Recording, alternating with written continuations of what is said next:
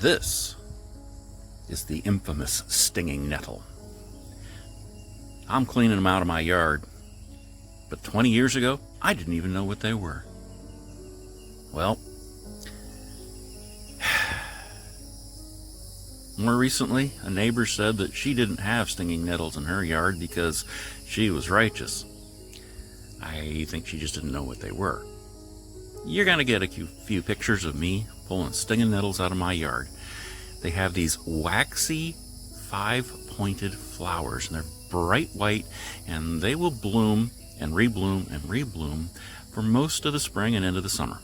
This is in Florida. Green happens all the time. Okay. Now there's a whitish bit of root and stem at the bottom, and coming up they have these lovely 3-pointed-ish leaves. But if you look closer, they have this horrible patches of stingy bits starting at the stem, going all the way up to just below the flower. The flower doesn't seem to have them, but oh well. The leaves have them, and if you touch them, the toxins will remind you that you should not touch me. That's the flower's defense. That's why I'm using pliers, okay? I don't want to cry. It's not a pretty sight. I don't like doing it. 20 years ago, I had separated from my wife. And there was a church dance. And so I picked up my wife and my kids, and as I'm driving, it's a long ways away.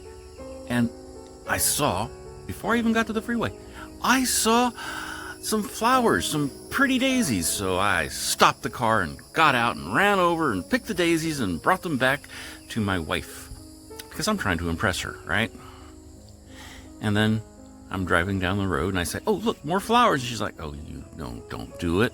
And so I did it, and I jumped out, and there were these yellowy looking kind of wildflower things. So I got those, and I drive down the road a little farther, and oh, look, more flowers. And I get out, and there were these blue irises looking things. So I picked a couple of those, and nestled down amongst them were these waxy white flowers.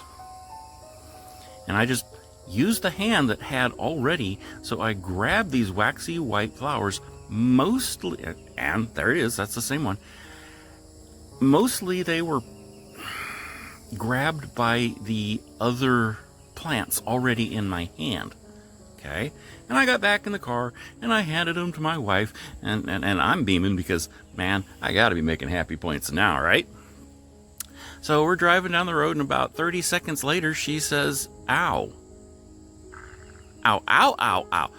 Ow!" That was my first indication that something was wrong. All I wanted to do was pick some pretty flowers. But no. I picked stinging nettles and handed them to the woman that I was trying to impress, or re-impress, or whatever it was. Guess what? It didn't work. My giving her flowers was actually giving her grief. Yep, that's the way it works, O ye men. Oh well. You try, sometimes it works. So, here I am. This is my yard, and a couple of times a year I go through and I get as many of these little poisonous prickle pants as I can. They keep coming back. It's like shoveling water. But I keep trying. I also get rid of the Christmas cactuses that will grow here in Florida. I seem to have gotten rid of them in my yard. That's a lovely one. But I get rid of them when I can. And these guys, ugh. Nope. I have no love for stinging nettles. You walk in the yard barefoot, you're gonna cry. Yeah. Here's the soil of Florida. Everything that's not sand is mud. And things grow pretty well because they've got infinite water, and you get a bird poop, and they've got enough nutrient for a year.